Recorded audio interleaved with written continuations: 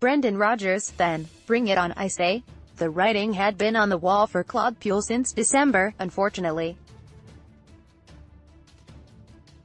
Brendan Rodgers is set to be appointed as the new Leicester City manager. Claude Puel was sacked on Sunday morning after a run of just one win in 9 matches. Results were bad, but performances at times were even worse. Beating Chelsea at Stamford Bridge for the first time since September 2000 and then humbling the champions obviously bought him time. But since Boxing Day, Leicester have managed one win, slipping from 7th and 4 points behind 6th-placed Manchester United to 12th and 8 points from relegation. Sorry, Claude, but time was up. 29 12ths, lost 0-1 versus Cardiff, 0-1, 0-1, 1-1-0 versus Everton, a 0-6, 0-1, lost 1-2 versus Newport, a 12, 0-1, lost 1-2 versus Southampton, H19, 0-1, lost 3-4 versus Wolves, a 30, 0-1, drew 1-1 versus Liverpool, a 0-3, 0-2, lost 0-1 versus ManUtd, H10, 0-2, lost 1-3 versus Spurs, a 23, 0-2, lost 1-4 versus Crystal Palace, H. His vision was clear, spending 16 months desperately trying to implement his passing philosophy. The board backed Puel, spending £89 million last summer, but comments from Jamie Vardy and Peter Schmeichel hardly disguised that he never truly won over the old guard. As for the fans, some of us were keen, could see the vision that first landed him the job and were willing to be patient. But others, and eventually me too in the end, demanded change. Things were not progressing, the atmosphere became toxic, and it was clear the long-term vision was going to remain exactly that, a vision. There were doubts that Puel ever truly won over the players, especially the senior figures. Saturday's embarrassing defeat epitomized his time at the King Power, a positive start but punished, then appearing to rescue it before the wheels came off in spectacular fashion. Now we must look forward. Leicester should beat Brighton tonight. So, step forward Brendan Rodgers. It looks as though the new era will begin on Sunday at his former club Watford in front of the Sky cameras. Let's hope there is no repeat of ManUtd at all. Leicester fans seem fairly content with the 46-year-old. He would be a good appointment. Not terrible, not sensational, but good. And this is an appointment Leicester simply cannot afford to get wrong. Speaking to the boot room during his time at Swansea, Rodgers opened up on his footballing philosophy. He said, "The football philosophy is very much about positive football. If you want to define it, we like to play attacking creative football but always with a tactical discipline. The template for all of our work is our organization. It is about defending the principles of our play, which is football. I would much rather do that, than play another way. It's just about reinforcing the philosophy and continually working hard on developing the game. I like players who can deal with the ball, players who are technically strong, players who tactically understand the game, and players that are learners and who want to learn. I place a big demand on players and a big intensity. It's something that is very important." He was the best of the bunch with Neil Lennon, Sean Dyche, Sam Allardyce, David Wagner and that man Nigel Pearson all linked. The only one that I maybe would have preferred was Rafa Benitez, but that was a tall ask.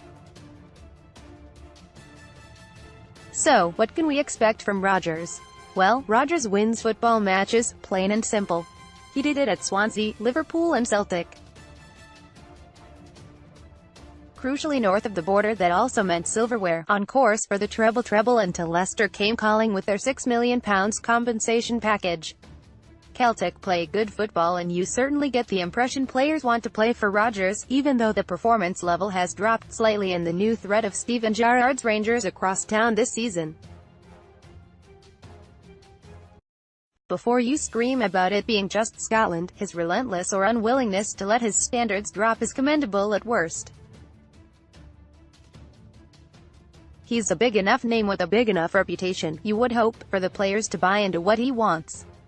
Rodgers has an impressive 7 trophies and a 69% win rate at Celtic. Rodgers won the treble in both of his full seasons at Celtic Park and was on course to do so again this term. Lest we forget, before this season, Liverpool came closest to winning the Premier League under Rodgers' stewardship. His team was exciting to watch, something we cannot say of the Foxes in recent months, except against the big boys, of course. He has shown he can do the possession-based football but used the pace of Raheem Sterling to great effect at Liverpool. Leicester City identified Rodgers early and wasted no time in making their move. Crucially, Rodgers wasted no time in making it happen. He clearly wants the job. And why wouldn't he? A young but very talented squad: Ben Chilwell, Demarai Gray, James Maddison, Wilfred Ndidi, Kelechi Iheanacho and Kagler So Young, who are all 22. Harvey Barnes and Hamza Chowdhury are 21.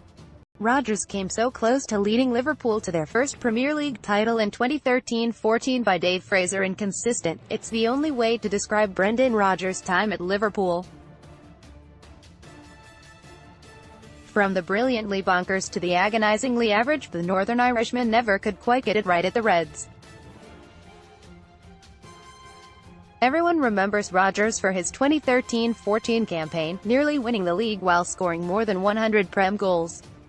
With Steven Gerrard in the team and the lethal sass duo of Luis Suarez and Daniel Sturridge up top, it was mind-blowingly mad. The KOP mob regularly scored 5 in a game that season, including against Arsenal and Tottenham, while playing in some simply staggering games. Wins over Swansea, 4-3, and Cardiff, 6-3, in quick succession stick in the mind, with 3-0 victories over Southampton and ManUtd in between.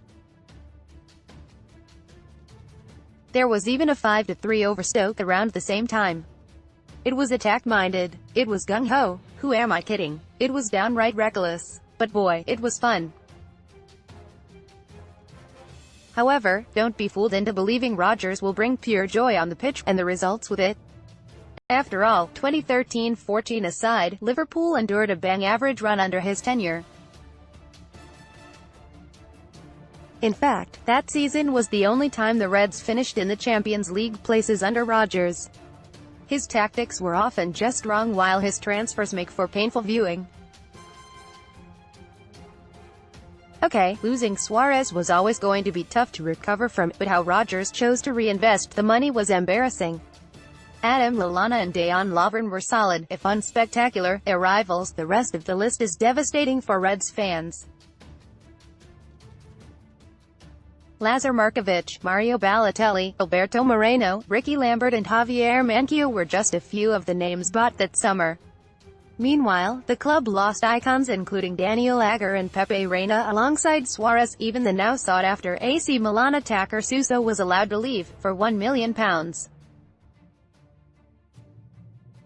So in truth, it's hard to see Rodgers joining Leicester and the red carpet being laid on. He's a good boss. Really, he is. But you just never know which Rodgers will be turning up. The attack-minded fan favorite are the worryingly subpar one. Leicester have high expectations these days, and that's fair enough given their incredible Premier League winning season of 2015-16.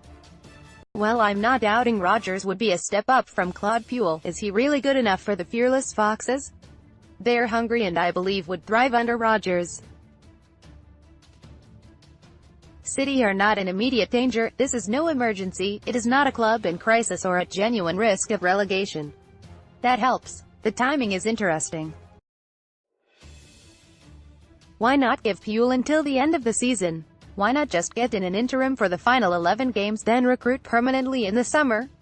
Because now Rodgers can work out exactly who he wants and doesn't want before the transfer window opens. This is an exciting job, but it needs a big character to lead the dressing room, and I'm confident Brendan Rodgers is the man to do that.